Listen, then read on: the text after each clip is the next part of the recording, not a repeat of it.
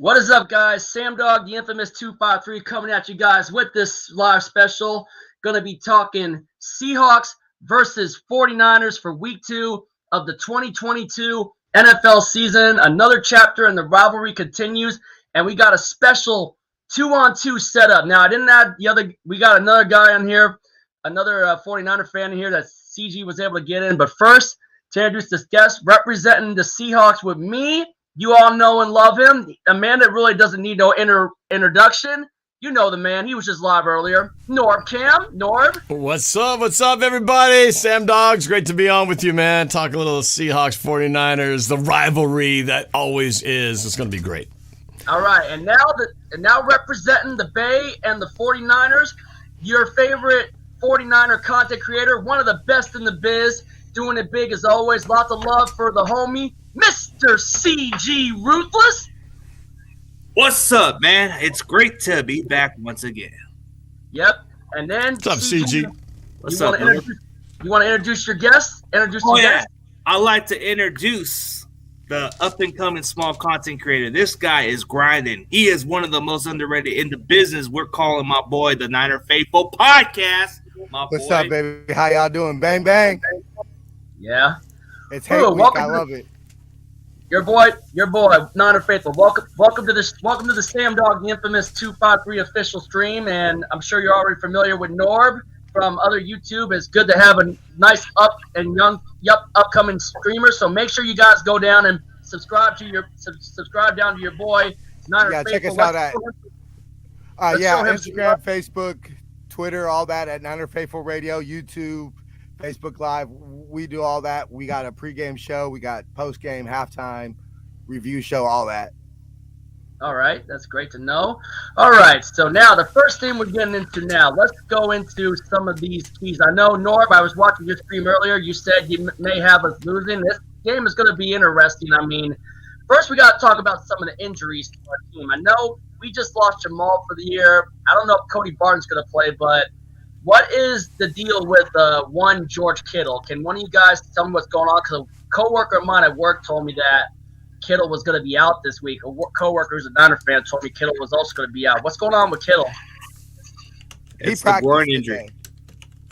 He practiced today. So the way I'm looking at it is you got to amputate his leg, and he would still try to play in this game. He's actually going to be my player to watch in our pregame show.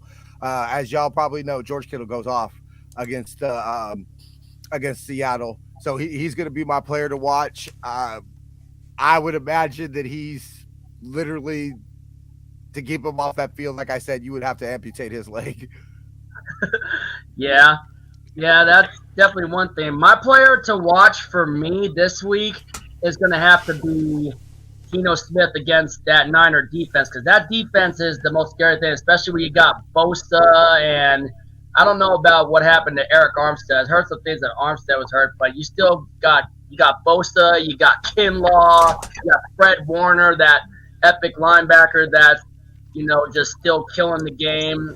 Maybe possibly could be the next Bobby Wagner. So I'm anxious to see how Geno can handle that pressure this time and how the offensive line with Cross and Lucas can hold up. I mean, they held up pretty all right against Chubb and the Broncos pass rush, so I just want to see that for me personally.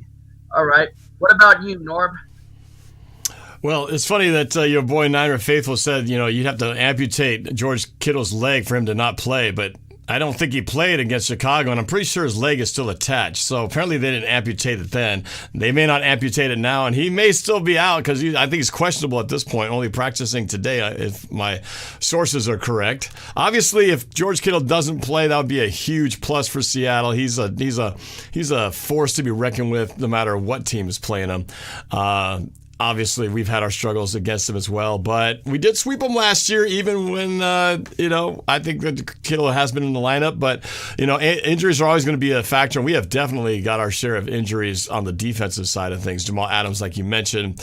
But actually, the player, you kind of mentioned what player you're watching for, what you're watching for in this game. One I'm looking for who's been injured, but is looking to maybe make his debut in the NFL is our running back Kenneth Walker, who was, the excitement of the draft when we got him. Some speculated we reached too high, but I have been dying to see this guy in the field. We just haven't seen him because of that early hernia injury that he was dealing with. So I'm excited. I feel like the key to beating the San Francisco 49ers is, unlike back in the day when it was Russ in command, we've got to be able to run the football. And the 49ers got a tough run defense.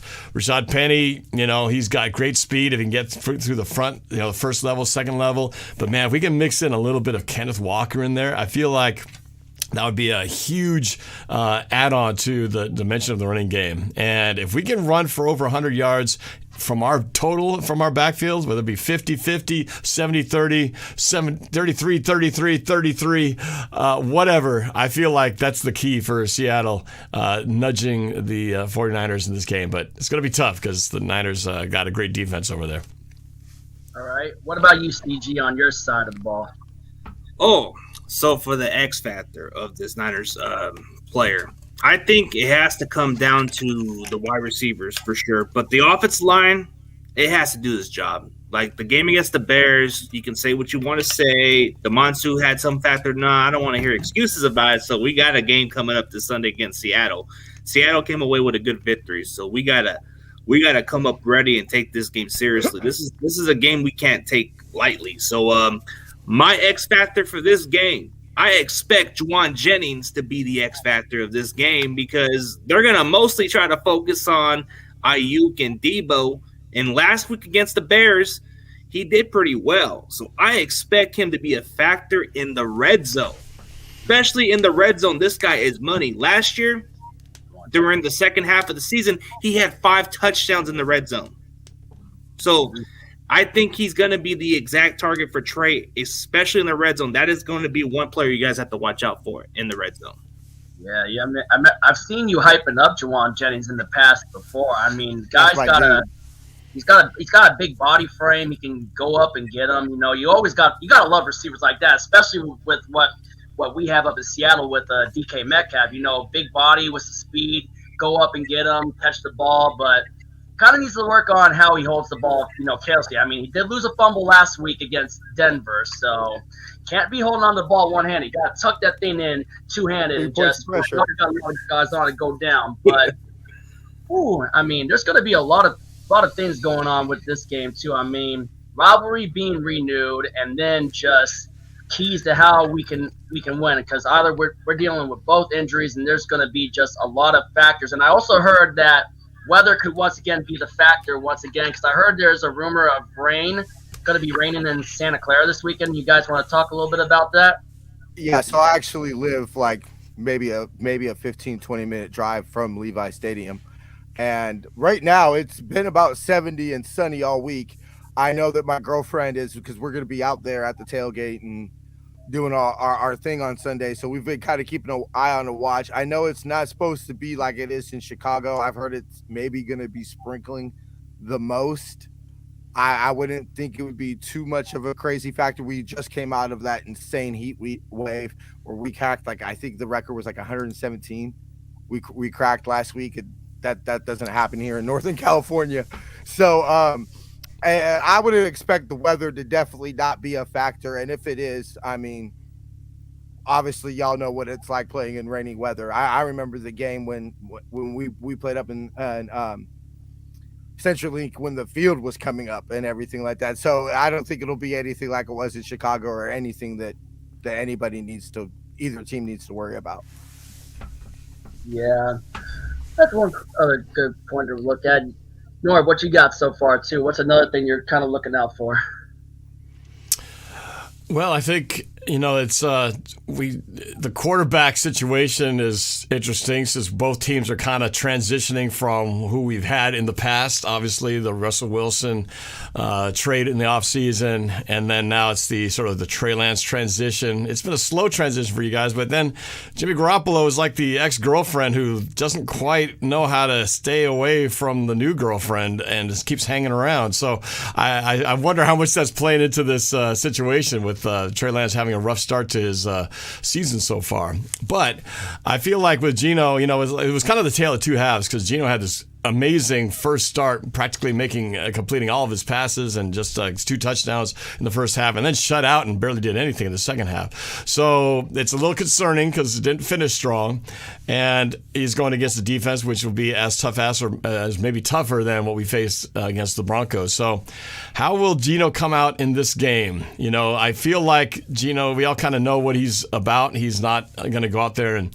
sling it like Russ would. He's going to play it pretty safe, go for the short passes, you know, run every once in a while. And, you know, I just, I feel like he's got to get off to a good start, because I think the key to beating the Broncos, amongst many things, but was helped by the fact that we had an early lead, and Geno didn't have to win it at the end. Geno's not a Russell Wilson, give me the ball with 2 minutes left and I'll win you the game. He hasn't done it yet, and I don't think he's really designed for that. For me, I feel like it's got to be one of those early establish the lead, try to maintain control, and then just hang on to it, because Geno's just not meant for like a quick strike, go down the field in 80 yards in 2 minutes. So we've got to get a lead early, and we've got to try to find a way to get turnovers, because if it's going to come down to where we're falling behind and have to come back multiple scores in the second half, it's going to be a long day. Yeah, then they got us like that. I was just going to say, I couldn't agree with you more, Norb. That is my biggest fear of this game.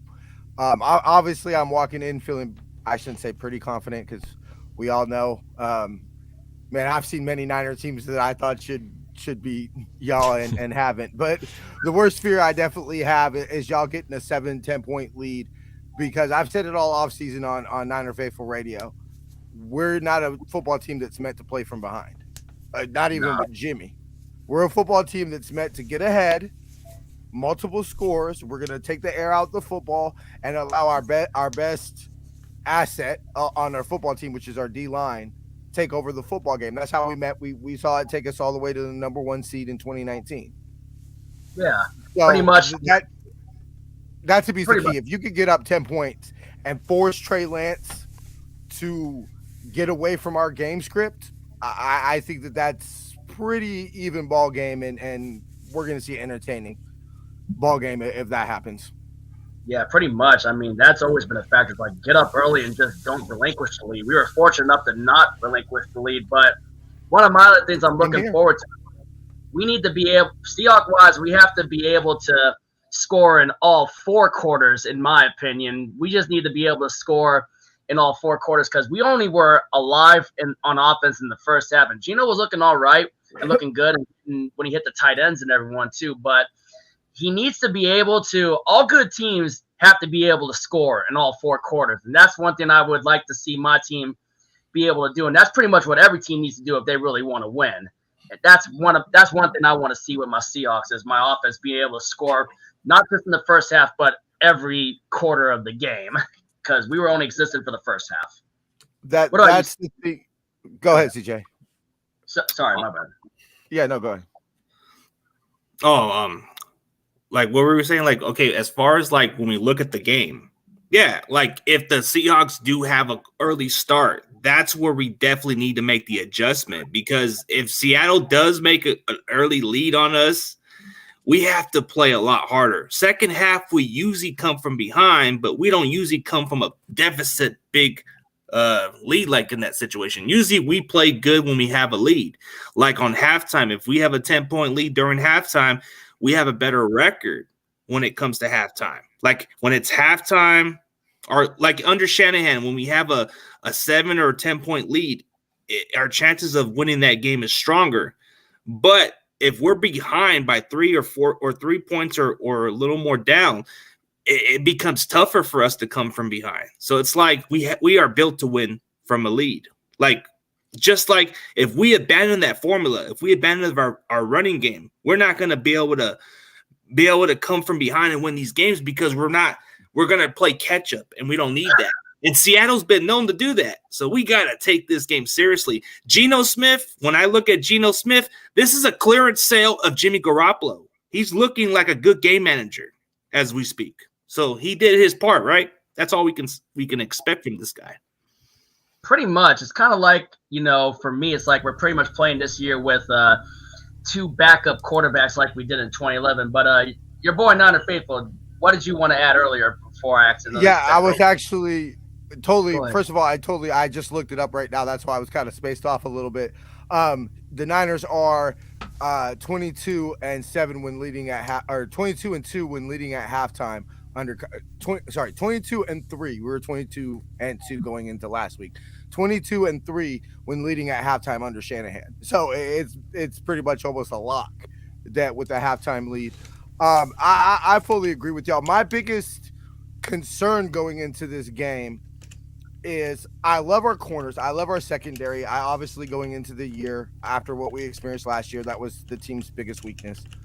I don't feel that we were really tested that well in Chicago with the rain conditions, and obviously when we were tested, we saw the breakdowns in coverage.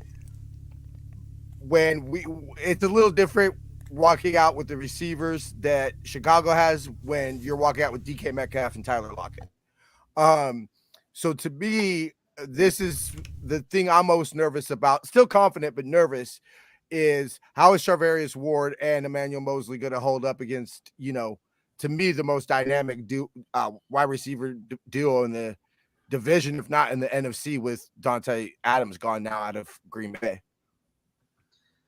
Oh yeah, that's definitely another thing to look out for too, because now that Devontae Adams is out of the NFC, and now pretty much in the AFC with Las Vegas, it's like who's going to be that great? I mean, obviously we got Cooper Kupp in the NFC West, who won the Triple Crown, who's the obvious best right now in the NFC, in my opinion. But oh man, there's just a lot to look at in this game. For me personally, one of my first keys to being able, if we were to beat you guys, I would have to say my first key would be putting a lot of pressure on Trey Lance and making him make the mental mistakes like he made in Chicago, like where he was overthrowing receivers and then getting picked off. But my concern, another thing is I want to see my team's defense, like with our new corners, Kobe Bryant and Tariq Woolen. I want to see more man coverage instead of like playing 5 to 10 yards off our receivers, because that's one thing that's been agitating to me as a Seahawks fan and many other Seahawks fans is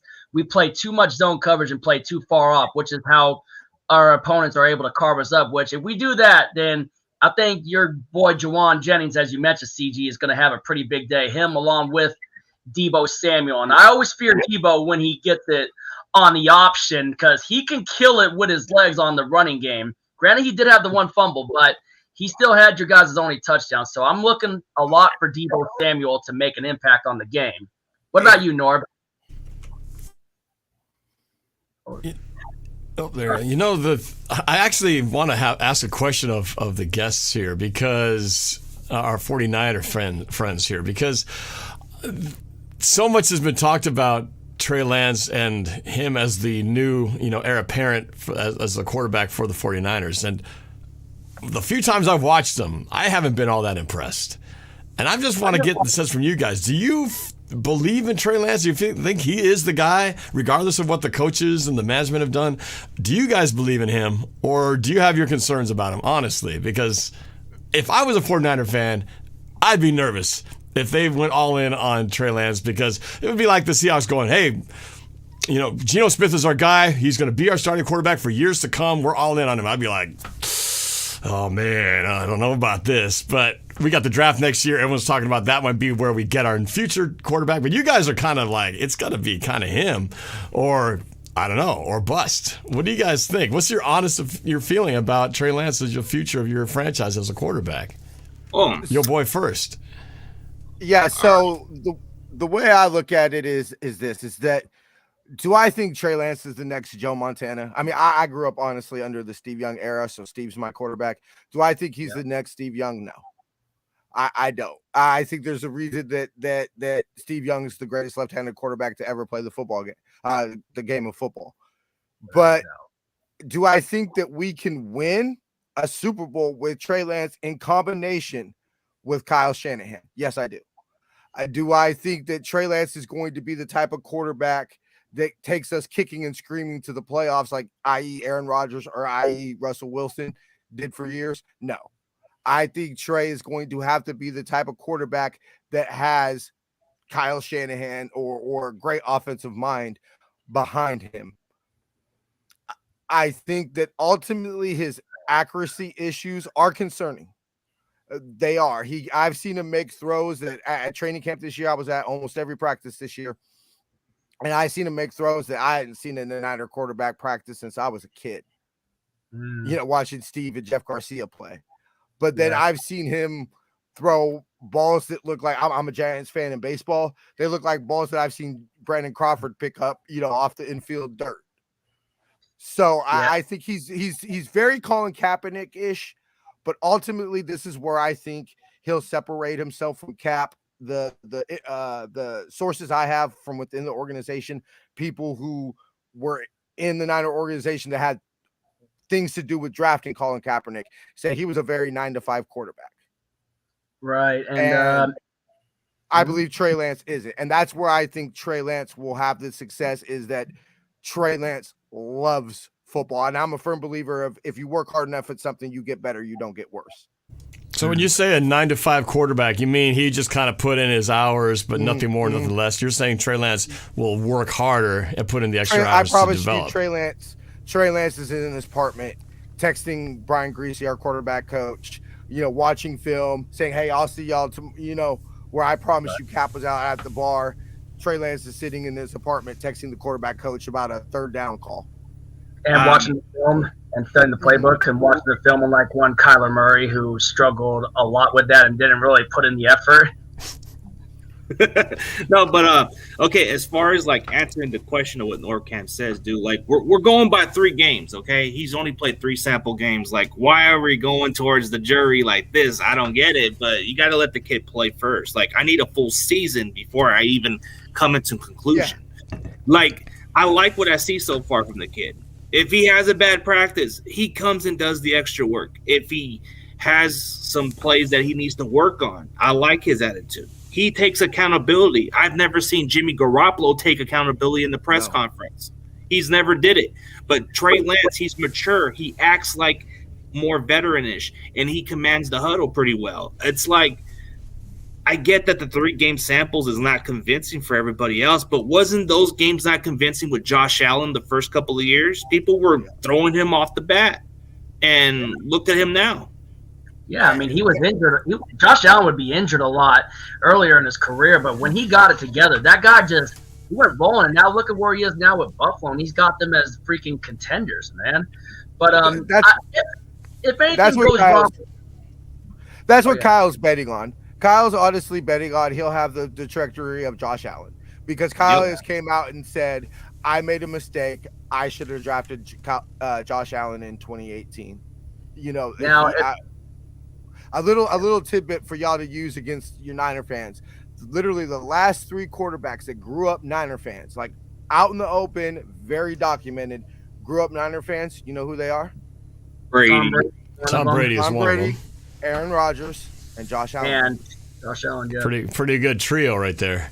Yeah, they all grew up in the Bay Area. There was a meme that after the Yams lost in Thursday night against Buffalo, there was a meme that showed Josh Allen actually wearing a Frank Gore jersey with, I'm assuming, his sisters or friends or whatever like that, but it said hating the Yams is in his blood. And so that's a little tidbit I like to throw out. Obviously, to me, Aaron Rodgers was the big one since he literally played in Cal. Like, I mean, that was. But his attitude is what kills him. And to beat him with special teams.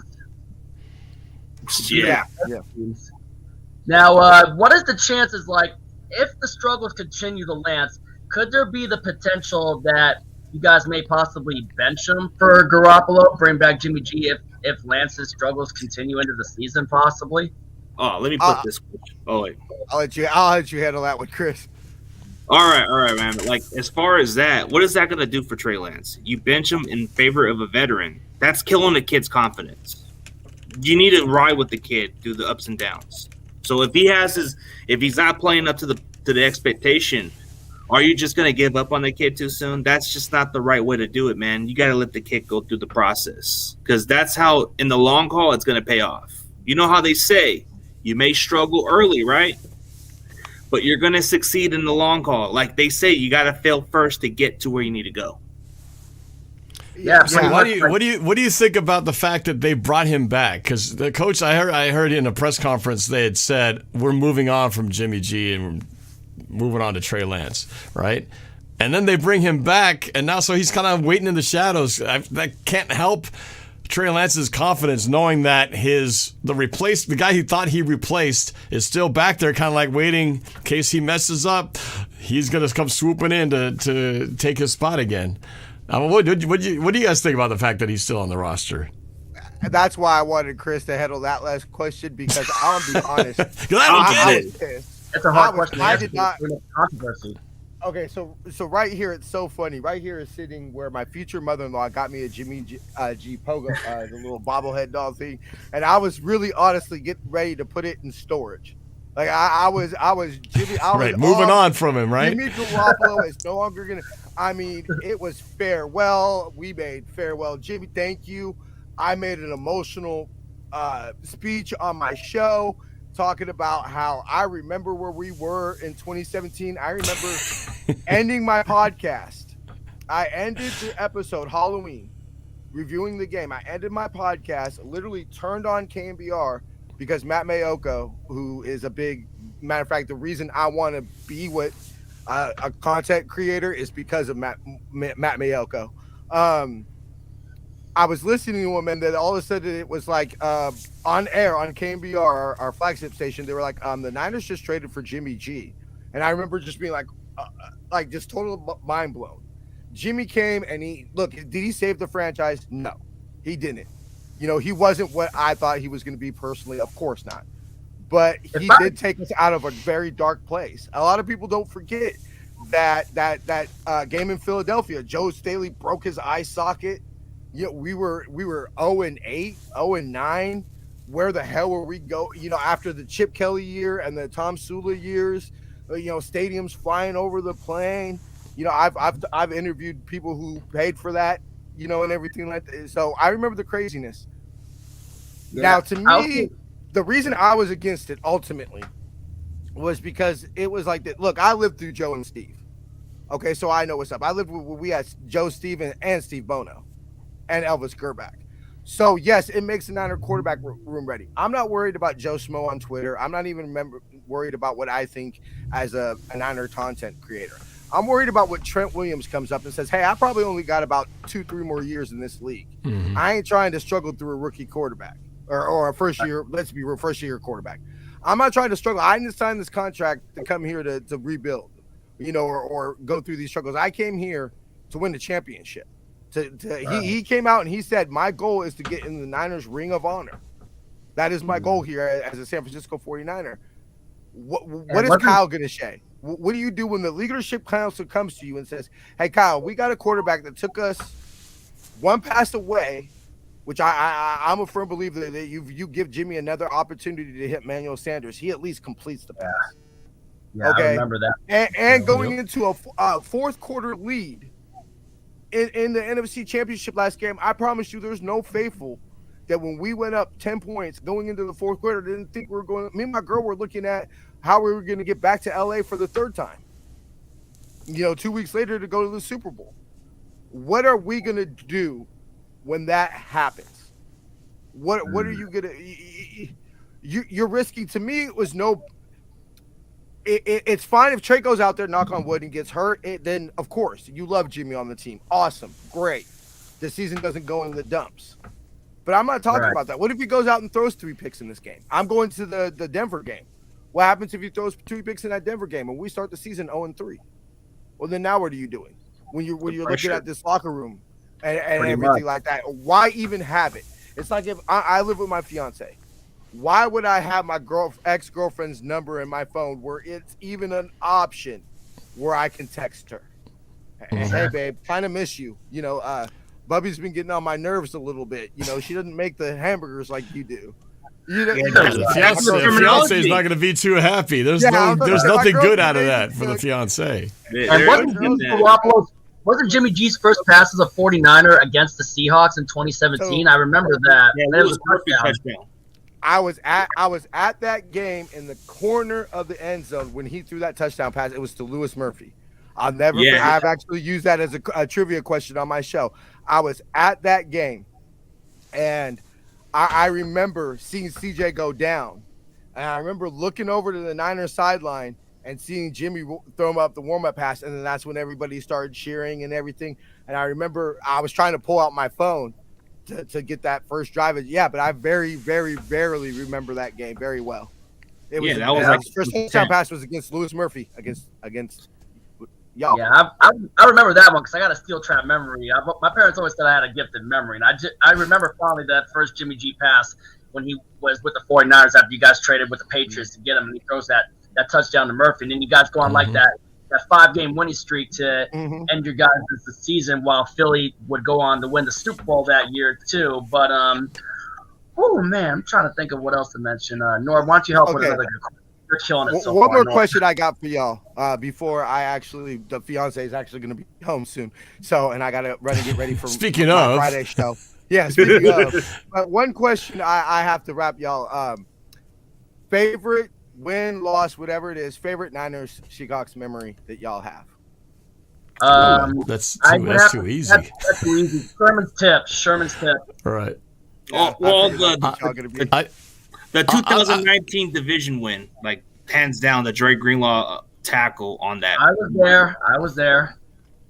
See, I'll say, not the 49ers, championship game's too easy because that's the obvious one. Everybody can go to that one because at least started for a Super Bowl. But I would say that same season, earlier in the year when we played you guys were undefeated. And we came into your house, and that was such a good game. I was just back and forth. Comes down to the field goal at the end. I mean, that game we were just like on pins and needles, chewing our fingernails off, and then to win that one in your house to knock you off from being undefeated was a great game and a great moment for us.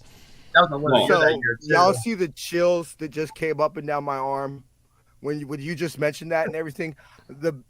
The biggest memory I have burned in my mind from that game, two memories, was Jaquaski Tart punking DK Metcalf for the ball right before halftime. Right. And I remember looking at my Empire Mama, Miss, y'all might know her, Top Hat Debbie. She took me to almost every game in the 2019 season. When Defo recovered that the scoop score, Buckner. and everything like that. When Defo recovered that scoop and score, I remember looking at her with like damn near tears in my eyes, saying that was a championship play. That's the type of game that wins championships. I will say that I have never been more. I've been madder after losses. I was there Thanksgiving. That was actually the first Niner game I ever went to at Levi Stadium. That was the first game I ever went to that we lost. I was, we're not going to talk about how I was after that game. Keep talking. I like it. I remember that Monday night game when that Dre Greenlaw interception was in position, bro. I was so pumped up, but I forgot I broke my freaking ankle, and I was jumping excited, and I let it kind of awkward. I said, God damn, but I was like, dude, I was feeling the energy when Dre Greenlaw got the ticket at that game, bro. I was like, y'all had Robbie Gold, y'all would have won that game. If y'all had Robbie Gold at kickers. Right. You missed it. It was McLaughlin. You'll never convince me. Two things. Robbie Gold's in that game, we win, and Kyle doesn't throw those 3 straight passes that essentially would have secured a tie. You run the ball. That's how I felt that game, bro. I was locked in that game. I was so close. You don't know if we win that game. I'm very. I have strict. So I'll never forget. Sorry to go on this rant, y'all, but I'll never forget buying a Julian Peterson jersey. I got his autograph. And literally, the game we used to get our hair braided at the same braid shop. So I went and I bought a Julian Peterson jersey. Literally, the first game I ever wore it was the game he tore his Achilles against Atlanta in the season opener. So ever since then, I have very strict jersey buying. You have to either be a Niner great, come on the show, I'm from San Jose, so you have to be. I'm gonna have the wall 408, Jeff Garcia, Andre Carter. Well, I got Spencer Burford on my show. He's exceptional. That I'll never forget that, bro. That was real sick. or make a great play in Niner history, or be a Super Bowl champion. If we would have won that game, that Monday night game, and then go on to win the game in 2019, I was so close to going in and buying, not even and I only do home jerseys, but I was so close to go buying that white throwback just because of that play. Because I remember screaming in my podcast that I was a big Dre Greenlaw is a group home kid. I'm a group home kid as well. So I remember writing an article his rookie year where he was my rookie to watch. And I said, hey, this Dre Greenlaw kid's going to be something. Go check. Hey, y'all don't believe me? Go check the tape. So anyway, I was that close for buying a Dre Greenlaw jersey. My favorite, the one that honestly broke my heart the most was I won't even say the NFC Championship was that Thursday Thanksgiving game. I was there. I had to go work like a 13-hour Black Friday shift right after. It was one of the worst days of my life. But my favorite is actually, honestly, I will say, just for a little personal note, Jim Harbaugh's first Niner game in 2011. Ted Ginn's 2 touchdowns in the fourth quarter. And a lot of people forget how close that ball game really was until Ted Ginn took those 2 special team touchdowns to the house. Oh, that's and right. That's true. And I'll never forget that. I'll never forget that game because right after, so that was one of my first games I got to watch with my daughter. And first season, that was going to be her first full season being alive. And so I got her a little Niner shirt, and she was watching the game with me and everything. And after, there was a big special that they were interviewing George Bush, talking about being president during 9/11. And so I remember me and my baby mama were my girlfriend at the time, were going to watch it. So I ran to the store right after the game. I ran to Safeway right by Valley Fair here in San Jose, Santa Clara. And she had sent me I texted her to make sure I got everything for dinner. And she sent me a text going, 2 lines means positive, right? And I go, what are you talking about?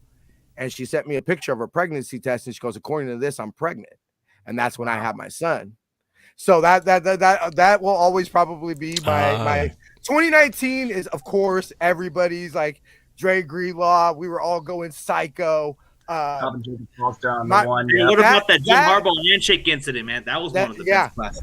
That one with the asterisk of the one that doesn't have a personal story is 2018, because that's when we broke this. I was there that game. When you beat us with Nick Mullins. That's when Richie James runs a touch. So I was in the end zone where he was running away from. So I stopped going to viewing parties after that game because I felt I was a jinx at those. That day, I think that was the most pissed I ever was at a Seahawks 49ers game when we blew the winning streak, because we had gone 10 games in a row since the Sherman's tip. But for me, if you're talking about a moment that made me even more mad, that I was mad at a loss like that, was the way that we blew it to Nick Mullins, especially after we blew you out 2 weeks earlier in Seattle, and then you guys come in and we go to overtime. So I remember how pissed I was in the rant I had, and I was at Norb's viewing party so pissed off, and I decided, I think I've been bad luck in Norb's viewing parties. Only one game won, which is that Giants game in 2017. I decided, I'm done with those viewing parties. I feel like it's bad luck. Emerald Downs sucks, and I'm done with Emerald Downs. Like, screw Emerald Downs. I'm not going back there again to watch a game. Yeah, that's go there. No offense, Norb. Yeah. Just saying. It was the venue's fault that all that happened. Hey, that was a bad. Anytime. You were there together. You remember how Nick freaking Mullins of all quarterbacks. Oh man, like just imagine you lose to an average Joe quarterback that looks like he can be one of your ball boys or something, man. Come on. Yeah, I'm gonna get me a Nick Mullins jersey one day for that game, and then of course the last Battle of the Bay. That being from the I was there. I was at that game. I was at the tailgate. It was so funny. So that was one of the games, one of the very few games Mama Debbie hasn't taken me to, and I was still on probation. And so it was funny because I remember I call her Auntie Valerie came up to me and she goes, "Hey baby, sorry, Mama Debbie's gonna take me to this game." And I remember being drunk as hell and just put my arm on her shoulder and say, "Auntie Valerie, I don't need to go to this game." And it was actually the coolest thing because we got right across from Levi's. There's they say it's not a Steve Young statue, but it's supposed to be a Steve Young statue. There's a little parking structure. Well, they had those little the little ladies that come out and will grill the hot dogs after the game and everything. They were passing through there, and there was a bunch of me and the homies just sitting there eating the hot dogs, watching it on the jumbo, watching the Battle of the Bay.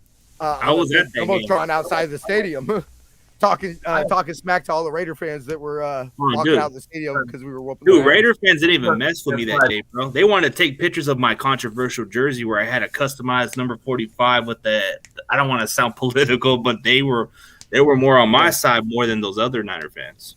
I'll tell you what, that's one thing I've never done yet is gotten drunk at a game. I mean, I need find a day where I can where I can just drive up early and just slam beers where I don't have to worry about driving back home. I have yet to get drunk at a Seahawks game. I mean, I've had a beer. Dude, I got drunk at a Niners game when we got blown the brakes by the Cowboys, bro. I have not gotten drunk physically at the game. I've always just been drunk and maybe maintained my drunk. A Cowboys fan tried to poke me. Oh, you don't even know the craziness I've had at. Look, I'll put it to you this way: Levi's is nothing to the stick, bro. I've had some crazy. Oh, I miss it so bad. Well, but I thought like that was definitely. I remember it was raining that game, and I just remember just laughing and just. It was a garbage season, one of the probably worst seasons I've ever had as a Niner fan or everything like that. But I love it. Football is I always tell people this. Football is a beautiful thing in the sense of that in a world that's full of hate, obviously Chris mentioned having a 45 jersey. Luckily my fiance doesn't hear you say that. It was so funny because one of the first things on one of our first dates, she asked, she goes, what's the one thing that would make you not date somebody? I said, if there's a Seahawks fan. I said, I can't do that. I said, Seahawks, Yam, Cardinal, Raider, Cry Girl, any of the Whackers, any of the teams that are up there. And she goes, I said, what's yours? And she goes, a Trump supporter. And so it was so funny that those are the kind of the two things and everything. But in a world so full of hate and everything like that, it's a beautiful thing because here we got 4 people on the show from all different parts of the world sitting here chopping it up football. I've gone to Levi's. I've never been denied a high five. I've never been denied a Go Niners. Y'all ever come out to a game here at Levi's, y'all more than welcome to come out to Empire Row where we tailgate. Can't promise y'all won't get shit for it, but y'all more than welcome to come to Empire Row and love to. Me and my girlfriend plan to take a road trip every year. Me and the fiance. Sorry, I keep saying King of the tailgates, Empire Row. Yeah. You guys ever gone by the tunnel? Like one of my thrills for me, like with going to games, is like showing up super early and then getting first in line and then going by the team tunnel and just getting players fired up before the games. That's always my tradition at the Seahawks games is like going there. And one time I went to a road game in Los Angeles and Pete actually came up to me because he's known me all years. He's been a coach. He's like, hey, Sam, we got to get you a new jersey. And I hardly ever tell that story. Norb's told the story before, but I mean, I've told it a few times live on the channel before, but I remember the game when Wilson had the shootout against Deshaun Watson. Pete comes out unexpectedly and all of a sudden with that jersey. And I was like, I mentioned something about it. I had no clue that he was actually going to go through with it. And it was just probably the craziest moment that happened with me. And that's why I love doing what I'm doing. Pete's the only head coach I've ever recognized that I always would be going down there and just always firing the players up and getting everyone fired up for a game. So special moments like that. But when I get to talk with other fans, especially like you guys, I mean, I used to get a lot of heat from 49er fans back in the day earlier on YouTube channel. But when I got linked with CG through Eddie, I'll tell you what, that could not have happened at a better time, because it got me going with interacting better with rival fans and just talking football. I mean, Norb, one time, remember when we were celebrating Mama Sue's life down in downtown Puyallup at the Forum Bar? And then I introduced you to Joe, the guy I met in L.A. who started the Rams guy, right? The starting 5 that brought their team back to L.A.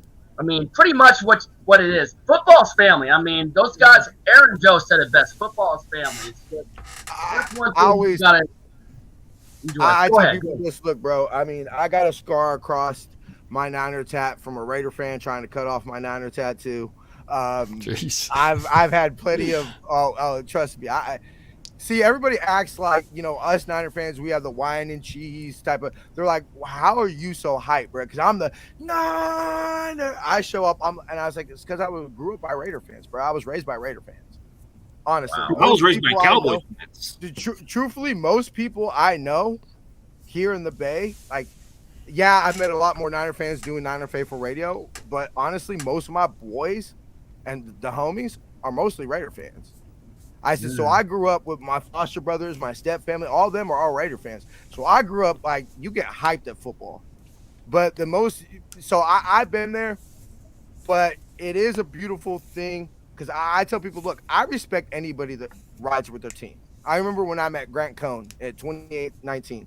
I said, look, if somebody comes up to me and says, fuck the Niners, man, I'll flip you, but what's up, bruh? You know what I'm saying? Hey, we do bang this out like a gang, bruh. But I said, if somebody wants to come to me and have a discussion about the game, I have no problem chopping up with anybody about Niner football. I'm always down to chop it up Niner football. This is what I was born to do. So y'all want to we do this a tradition, no problem. I've had nothing but a blast chopping up Niners. You know, I respect anybody that rocks with their team, really rides and dies with their team. And y'all clearly ride and die with y'all squad. I mean, I remember the one thing I will say, the only compliment I ever gave to I don't call them the 12s, I call them the 1 and 2s because y'all 1 and 2. Yeah, I know, and then we lost. Obviously. I will say this: I looked at him and he had a Sean Alexander jersey on, and I looked at him and I walked up and I said, "I'll respect you, bruh." I said, because I've been to almost every Niner game since y'all been coming to Levi's. And I said, and Bobby Wagner, you know, Richard Sherman, obviously, Earl Thomas, you know, obviously a lot of Russell Wilson, whoever. I said, I have never seen anybody, and I'm the type of person, I respect old school jerseys. Like, I seek fans that be like, I mean, I've seen a Ty Streaks jersey. I walked up and I said, bruh, please take a picture with me. I want to shout you out on my show because you got a Ty Streaks jersey. That's a real deal fan right there, bro. I used to have one of those jerseys. I have a picture of me. Swear to God, it's somewhere on my Facebook. I have a picture of me with a Ahmad Plummer jersey. Dude, I have a Tim McDonald jersey, which is. And speaking of Sean Alexander, Sean Alexander next month is actually finally getting inducted onto our Ring of Honor. I don't understand how long that's been that long. It's pretty cool that that's finally going to happen. Me and Norb Alabama go game. I got one of my memories of Sean Alexander was when we were in Super Bowl 40, and Big Low actually, Seattle's biggest sports fan, Big Low actually went to the game, and he pretty much one of the time he got me like the old seat cushion. Then I had this little mini Super Bowl 40 helmet, and he actually was with Sean, and he actually had Sean Alexander write on it to Sam Dog, and he actually put on it MVP of 2005 on that. He never even wrote that for his signatures on any other signature. I think he was in the MVP discussion that year, right? Wasn't he? He won the MVP that year. But I would say for me, if I'm being realistic, the real MVP of that season was our offensive line. We had two guaranteed first ballot Hall of Famers in Walter Jones and Steve Hutchinson. I don't want to knock Sean Alexander. I mean, but if we're being real, I mean, he had a good offensive line. I mean, you look at also another great running back like Emmitt Smith, great offensive line and the numbers he put up. And then Barry Sanders, he didn't have much of a good offensive line, but the fact he was still able to put up the numbers he did was incredible, you know. And he's in the Hall of Fame. Y'all don't want me to start talking Barry Sanders. My mom was from Detroit.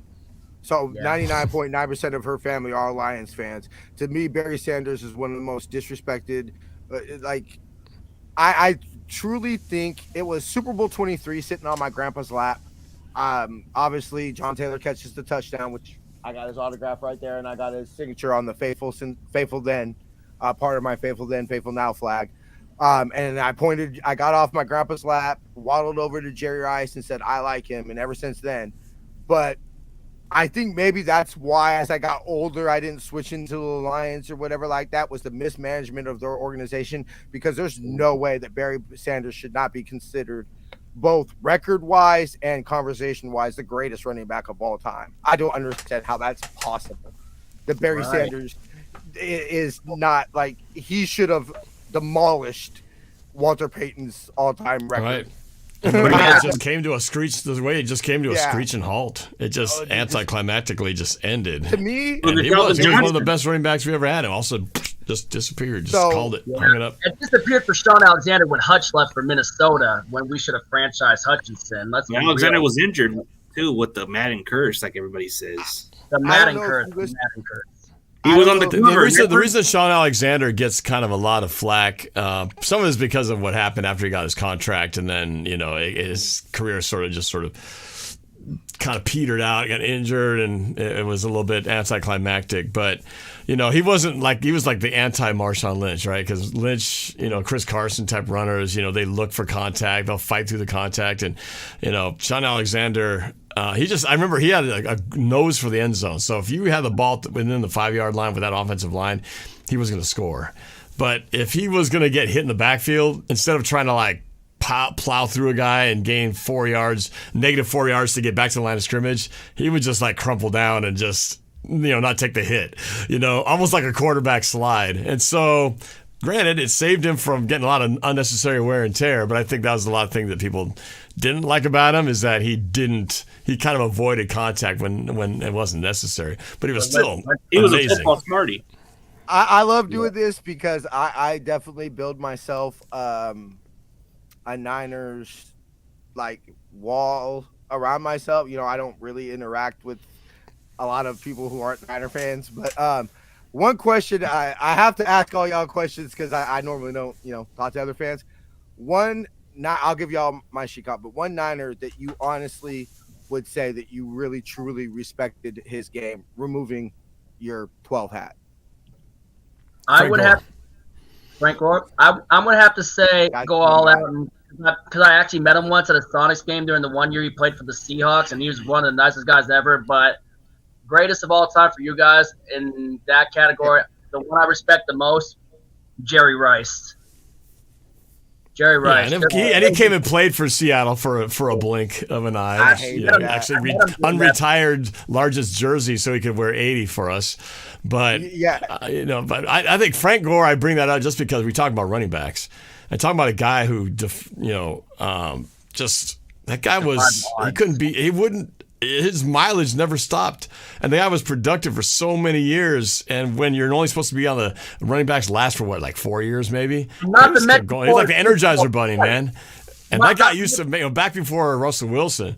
He was like our thorn in our side, man. Frank Gore back in those, his early days. Literally, he was oh god, he's 200 yards on us and stuff. He was a beast. Or Alex Smith, and then let's not forget, Frank Gore went through 2 ACL injuries when he was playing at the U. The fact that he beat the odds and had the career that he had in the NFL, we're never going to see that again. Hence, he surpassed Barry Sanders third all time. He's going to be – he already has his foot in the door for Cam in that gold jacket. I will tell y'all this. So, y'all see the wall, obviously, the wall of Ninerness and everything. You see something very distinctly missing. I don't have a lot of player posters. I don't have a lot of highlights of players except two, Mr. John Taylor, and obviously y'all see the Frank Gore poster. To me, I'll ask you this and let you give your opinion about it, CJ. But to me, everybody has their favorite Niners. Mine's Jerry. My last girlfriend was Joe Montana. I had cousin, basically, besides my grandpa, the person who turned me into my Niner fan, my cousin was Joe Montana. We all have our favorite Niner players. But I will tell you, hands down, the most beloved, would never have to pay for a drink ever. Fans would fight for him, give their life, everything, is Frank Gore. That is the number one fan. I promise you that Niner fans will always ride and die for is Frank Gore, because to me, I will never forgive Trent Baalke for many, many, many things in my life.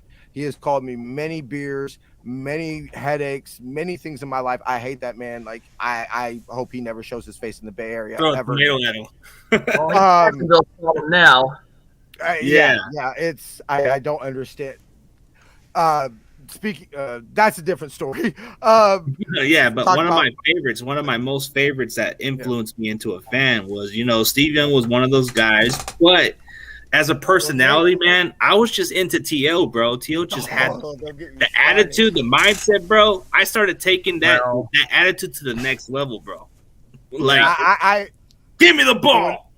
Whenever we would play football and PE, I would always do the touchdown T.O. did that week whenever if I ever scored a touchdown. Or That was you know, fun. my case I'll on never- the quarterback. So I'll never forget one of the very few times I have never, and this is actually funny because it's relevant to y'all. Another one of my greatest Niner moments. When he against touched y'all. out, took the pen out and autographed the ball, right? So I'll never forget this. Is I was on the phone with my Not grandma. the star. I was the Star was another one, but that's one of my favorite. But I remember I was on the phone with my Grammy, and the Giants were playing the Cardinals in the NLCS that year in 2002, the year we made it to the first World Series. I remember because I was too young in '89. Lost to the Angels. And don't even. I hate monkeys to this day because of that. Anyway, yeah. Monkeys, that's 20 years ago. Lost to the still freaking can't use- Angels. to this day, I hate monkeys, and I cannot use thunder sticks. Now, like you mentioned that. I'll for never 49ers. forget those red and white thunder sticks banging. I'll never forget going into a sports store here in the Bay Area, in California, called Sports Fever. And I remember when we were going into the 8th, I remember walking into Sports Fever saying, "When are we going to have those Giants World Series T-shirts ready?" I'll never forget that. But anyway, I'll never forget. I'm flipping back forth from the Niner game to the Giants game, and I remember going psycho and everything when the Giants won. Kenny Lofton hits the base hit to win us the pennant and everything like that. And my Grammy thought I was going crazy because of the Niners. So she says, "I'll let you go, baby. I'll let you watch your 49ers." And it's funny because I turned it back, and that was the drive that T.O. pulled out the Sharpie. I actually almost, if the baseball game would have gone a little bit longer, I actually would have missed that. But I turned it back just before they started the drive. But my favorite, I will say the Sheacock that I respected the game most, honestly, I will say is Bobby Wagner. To me, Bobby Wagner, obviously Earl Thomas, and I mean, I will be Cam Chancellor ended Vernon Davis's career. Oh yeah, I will. Yeah, I was gonna say, how can you not mention Cam Chancellor's name? Yeah, Cam Chancellor ended Vernon Davis, and I was a huge Vernon Davis fan. I actually had a Vernon jersey because after the catch 3. But Bobby Wagner, the consistency, the heart, I just knew. He was the last real one. You know, Richard left. You know, Earl Thomas left. Cam Chancellor left.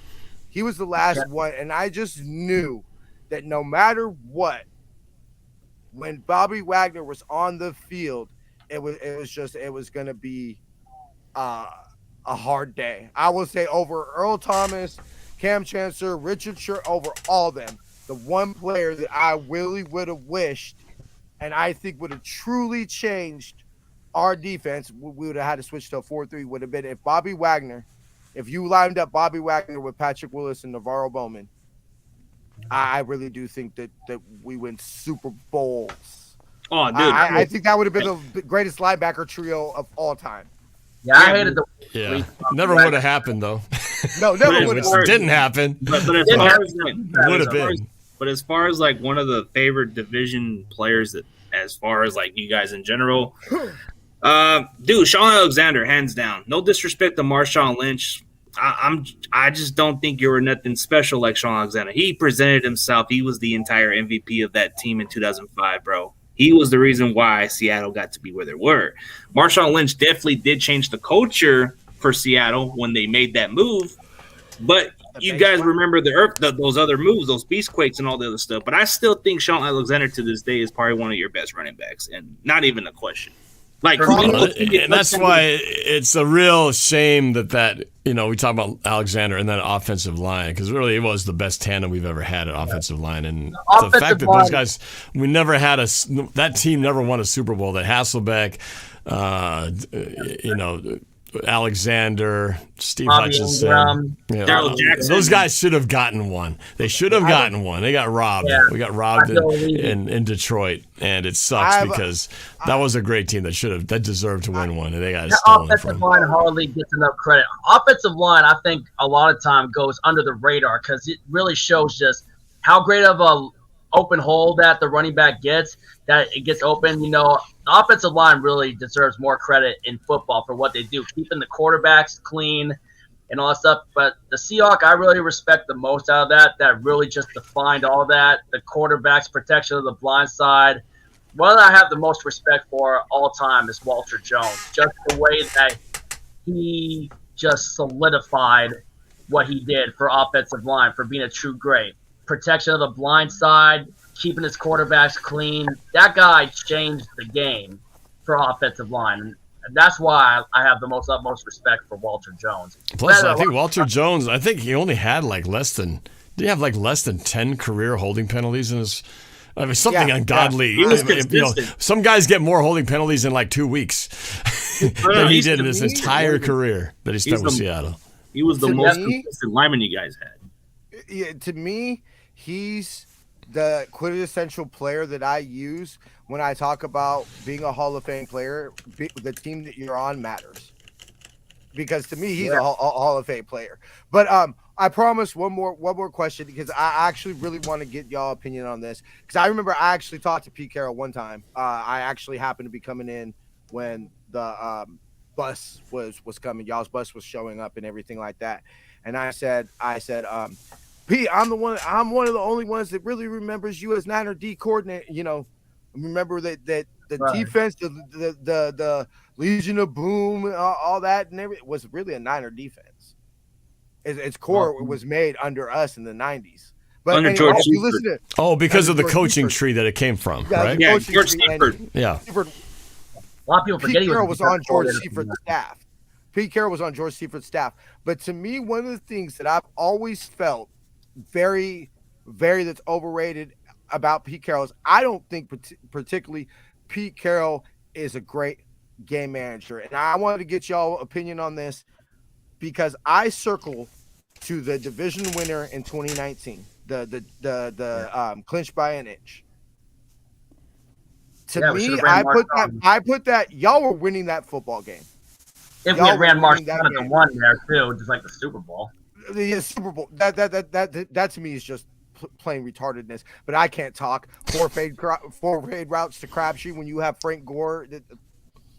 Man, I will not die until I get to look at Frank Gore in his eyes. 47. I would have gave you the ball 4 straight times and said, Frank, go get us our championship. Sounds familiar, doesn't it? All that. Sounds like the way the Seahawks passed that ball too.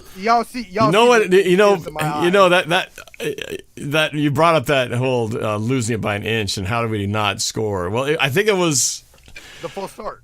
It was the fourth down play, and this is just a lack of preparedness. Yeah. I don't know who to blame, whether it's the head coach, the support staff, but it was fourth down. They had to score, and then they inexplicably got the first down to John Ursua, because it was there was less than a yard between the first down marker and the goal line. So you're thinking he's either going to make it or he's going to score a touchdown, but not get somewhere in between. And somehow he got the ball in that spot where he could get a first down without scoring, and everybody was just losing their minds, because everybody was thought, we're going to win this now. Put beast mode in there. And then somehow everybody just forgot about the clock. Then it comes down to the delay of game that you're talking about. But I think it was just the fact that they weren't ready for that situation. They weren't prepared for what would happen if we actually get a first down. We're either going to win it or we're going to not. That was, I think, what it was. It was all on this play, and they weren't ready. So when Beast Mode, he comes out, and no, it doesn't come back, and then the clock just, it was a whole mess. But yeah, there's no excuse, because if they were ready, it's Beast Mode 4 straight times if necessary, and he scores on that one. He'd done it earlier, so. Yeah, and that was my whole thing, is because I looked in there and I said, I put it on the head coach because I remember I have a book sitting here right here. It's actually a very interesting book. I suggest y'all read it. It was co-written by Bill Walsh, and it's called "The Score Will Take Care of Itself." And it's not even necessary about my offensive genius mind. It's about how he built the Niner organization, how he built the coaching staff, how he built the front office, how he built the West Coast offense. No. It's not even necessary it's about the organization. So, he has talking about how he was very with secretaries. You're professional. San Francisco 49ers, how may I help you? Just how he changed the organization of the Niners. And to me, he talks about a time that he was coaching for Cincinnati, and they were playing a playoff game in Oakland. And the Black Hole was going crazy, and he let that moment affect him, and that he ended up calling a bad play. They lose the game and everything like that. And he made right there that he would never allow himself or his team to not be prepared for a situation. And that a lot of Niners talk about that was the key to our, Joe Montana, Super Bowl 23, the drive, all that, the catch, everything was because of how the Niners prepared.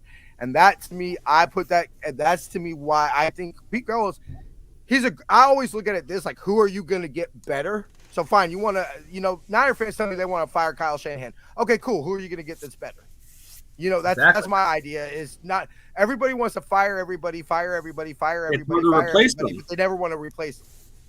People were like that in the beginning on Pete Carroll, but they didn't understand the culture that he was building. And Pete, with the culture that he built the Seahawks, we had no idea what we were going to get at first. And then he takes us to the playoffs with a sub 500 record, and then we pulled a beastquake. It's like, okay, we may have something. Then he gets us Richard Sherman in the 2011 draft and starts building Legion of Boom. But we had to play that year with the two backup quarterbacks, and then we hit on Russell. But just what Pete built leading up to that year, to that Super Bowl 48 year after we had lost to Atlanta, it's like not a lot of people they understand. So I understand what culture is like to build a winning culture like that. And you're mentioned about Bill Walsh building up that culture too, but a lot of it really didn't happen if it hadn't been for Paul Allen saving the Seahawks and then hiring Mike Holmgren, all the winning for the Seahawks really started when the Holmgren era started in like 1999, I think, when Holmgren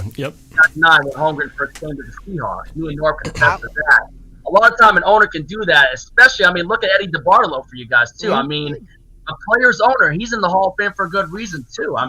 He was well liked by the players because he cared about the players' health. Like when you look at a guy like Eddie DeBartolo, what kind of owner cares about his own football team? Like you don't see the Yorks put that type of character. Like the Yorks only care about money. They're not even like well worth to run a franchise. Like I think anytime you see Jed York, he's full of crap. But when you see Eddie DeBartolo run a franchise, bro, he cares about winning. He doesn't care what it takes. He's willing to help his players, and that's what people like about Eddie DeBartolo. And he even went to the hospital when other players got hurt. Yeah, I was gonna bring up Bryant Young when he broke his leg. He rode into the hospital with him. 3 things I will say that have forever affected the Niners organization and really led to where I believe this is an arrival led to the dominance is not hiring Mike Holmgren when y'all did. I don't understand that. You literally had one of the men that literally helped mold Joe Montana. Yep. Like I don't understand that. Who Bill Walsh who by the way has San Jose ties because he coached at Oak Grove, but who was personally mentored by Bill Walsh. I don't understand how we do not hire Mike Holmgren. And the fact that Trent Baalke said he had Richard Sherman on the Niners draft board. And we all know the story between Sherman and Harbaugh. Right. And everything like that. And Harbaugh was the one that took Sherman off of the draft board. And I honestly think that's what started the friction between Harbaugh and Baalke. Because it was, hey, you took Richard Sherman off the board. Look how much has he tortured us, tip pass in the Super Bowl, all that. That's a championship. And the fact that it says right now, and y'all don't, that it says 7-time conference championships on the Ring of Honor right now. When I saw the Niners put that down, I cried. I cried because I said, I promise you, I swear on my life, I put it on my daughter's life that Eddie D would have never in his life allowed us to acknowledge losing the Super Bowl, becoming in second place. I remember one of my favorite quotes by Eddie D. I lose is, you show me a good loser, I'll show you a loser. The fact that one of the things is I've said this on the podcast, and I've had a lot of Niner fans, a lot of backlash about this, but we're bringing back the 2012 team for a reunion this year. And I said, why? Why are we glorifying the team that broke the number one thing that Niner fans, man, you don't understand. Majority of my life, this team was garbage. You know what I'm saying? Like, I was a kid, this team was the team. Majority of my teenage years, this football team was garbage. The one thing I've always hung my hat on was being 5-0 in the Super Bowl. And we're going to acknowledge the team that lost. Broke that. I was so depressed. I went to my room immediately after the game. I was so depressed that I did not come out to my room till like 3:30 the next afternoon. My boy, when I got in the kitchen and finally saw me in the kitchen, he goes, "Homie, if you weren't out of your room and by 4 o'clock, I was gonna break down your door because I thought you killed yourself." That's how depressed I was after we lost. That's pretty bad, man. Yeah, that's true. That's like our Super Bowl 49 almost, because you guys had so many shots. Man, you had so many shots. I'll never forget being in. Oh, you really got to ask me and Norb where we were for that. We were. And my boy, they call him. Yeah, I was in downtown San Jose, and we have I'm TJ. They call me Niner TJ, and then we have Seattle TJ, right? So I was hanging out with my boy Seattle TJ, and we were all downtown San Jose, and listening to the Super Bowl on the radio, and I was like, they're gonna win back-to-back Super Bowls. They're gonna, yep. I feel free. I remember where me and Norb were. We were literally in the stadium. I was even yelling out for that moment. That moment, I would even say to myself, I was so livid. I remember I was just like, I couldn't believe it. I remember just before that play happened, I was yelling, excuse me, I was yelling, "Run the ball! Run Marshawn!" Literally before the play even happened. That is my. Give it to him again. Give it to him again. Give it to him again. Give it to him. Norb, you had the most epic rant on that one. You don't know how much of my life, how much of my teenage years were spent screaming at the top of my lungs at the TV, "Give the ball to Frank." Anyway. No, actually I had an opportunity. My dad was going to send me down to Miami. My dad was like, "We could put you on a Greyhound tonight to go down to the Super Bowl." Cause I was gonna at least cover Super Bowl week and try to get in the game. And I was debating. I was like, "Do I want to be that long in a Greyhound?" Because my dad's too cheap to fly me out there. So I was like, "Do I want to be in a Greyhound?" And I said, "You know what? Last time we were in the Super Bowl, I lived in Sacramento, and I said we lost. I said, you know what? We win. I want to be in the Bay. I want to march to Levi's. I want to be home in the Bay when we win the Super Bowl." And actually, that's the reason. But I told Mama Debbie, I said, "Hey, Mama, do me a favor. Pick me up a program." Because she was going to the Super Bowl. I said, "Pick me up a program. But I'm going to go ahead and stay out here." And that's the only reason I wasn't up there heartbroken and all is that I wanted to be here in the Bay. Because let's be real, I was 8 years old the last time we won a Super Bowl, bro. Like, I don't really remember it. I remember. Dude, I was 5 when we last. Right. I remember Steve hugging the trophy. Anyway, so I think we've been going for about an hour and 12. Yeah. You guys for coming on. Norb's got to get ready for a Madden stream that he's got going on for a bit. Yeah, I got to do a Madden replay of that game on Monday night. Hopefully, I can do the same thing that Gino did. But just one quick thing. I pulled up Walter Jones' stats. We were talking about his greatness, right? 180 games, 5,500 passes. He gave up 23 sacks and 9 holding penalties. Yep. Isn't that insane? 9 holding penalties in 180 games. That's why he's the greatest O-lineman in history. That's why he's the greatest offensive and he doesn't have a ring. It's a shame, but hey, we all have our sad story, right? Why is he? I guess we got to continue on. Yeah, go ahead. Sorry. I was just gonna say, I guess maybe y'all could say that's your version of Roger Craig. Minus Roger has the rings, but yeah, I guess y'all would say. I was gonna say, finally, probably score predictions. Well, I picked prediction. I'll go first. For me, I never really predict the score. It's whatever happens. I've never really been too good with that score prediction. So I did pick us with Dallas in my game picks to pull the upset in Levi's, depending on some of the things that we need to happen, like if Trey Lance struggles and if we play more man coverage on the receivers. And yeah, for me, I don't really have a score prediction. I just picked us to pull the upset. I never really assume it, but as the great Chris Berman would always say, that's why they play the game. I love Chris Berman. Norb, I guess probably you next. I'll give mine. Yeah. So I made it official in my prediction music video that I do every year. So much as I don't want this to happen, I think we have a letdown game this time, and it's 20-10 Niners. I hope it's not true, but I think that's what's in store for us. Emotional letdown happened. Okay. I will say this. I'm with Sam. I don't really like to give predictions because I believe we're going to win every football game, or I should say, I believe there's a way we can win every football game. So I'm not really big on, it's going to be 31-10 or whatever, or the point spread is this or anything. But ultimately, I will say this. I'm not going to, if we lose this game, I'm not going to press the panic button or anything like that, but I'm tired.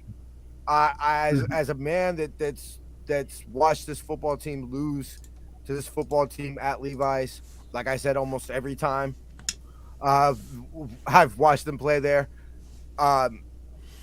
there's just got to be something, because to me, this is a game that the Niners have no business losing on paper. Now, we all know football is not played on paper, but if I have to give a score, I'll go ahead and say 24-13 Niners. I think it'll be a close game, because divisional games are always close, and let's be real, they always downplay it. We treat every game serious. This game means something. It has to. It's the home opener, all that. Kyle struggled against y'all. We all know it. Right. But ultimately, I just think, like I did last week, obviously didn't turn out too well, but I think just the reasons why we believe that we're a championship team, the Debos, the Brandon Ayuks, the George Kittles, the whatever, insert running back here, Nick Bosa, Fred Warner, I think those players will just be too much, and it will lead to probably a game that looks more comfortable than it is. But if you actually watch the game, you'll realize that it's actually, our buttholes might be a little tight through most of that game. Yep. All right, CG. Well, this is a must-win for us. We came with a defeat. We're pissed off. Seattle's coming away with a victory, so maybe they might just have a little too overconfidence on this game. So they feel like, hey, we beat the Broncos. We should come into Levi's with a win because we own them, and maybe that will be the downfall for the Seattle Seahawks. So I definitely do have the 49ers winning this game. It's going to be a close game. So I have the Niners winning 20-14. It's going to be a very competitive game. This is definitely a must-win because Geno Smith, okay, he had a little time in the pocket, but he ain't going to have enough time in that pocket. Not with Bosa, not with that pass rush you guys have. That's one of the things that I'm the most concerned about. Granted, I know that for a fact I'm just taking it one game at a time and never really assuming anything, and just watching these young guys that we have to see what we got for the future, since we pretty much playing this season on the reset button, because we obviously traded Russell and then released Bobby Wagner and some of the other moves we made. So that's pretty much it for me. No, that's what I got. But other than that, I want to thank you all. I want to thank you guys once again, CG, always just for being an awesome friend that you are, and great content creator. Keep it going. And Niner Faithful, thank you for coming in to CG. And I'm going to make sure I get subscribed to your channel. Make sure I have a CG, or you post a link in the video. So that way we can sub your channel. And then obviously, NorbCam, the GOAT Seahawk YouTube content creator that got me started. Norb, appreciate you taking the time once again from your day after your little stream, and then you got your big stream coming on. But always, thank you for coming on my stream. Can't wait to see you, and Sleeta, and of course, I can't wait to see your dad again, and I can't wait for the Panthers game to give you Stewart's beef jerky again. Yeah, I look forward to that every year, man. So yeah, thanks for having me on. This was fun. It's good to meet. Well, I know CG, but it's good meeting you, man. A lot of history. I didn't think you were as young as, or I should say, you didn't look as old as you clearly made it sound from how much experience you have going back in the day. So I love the old school fans who remember the good days and the bad days. All right, all right, y'all.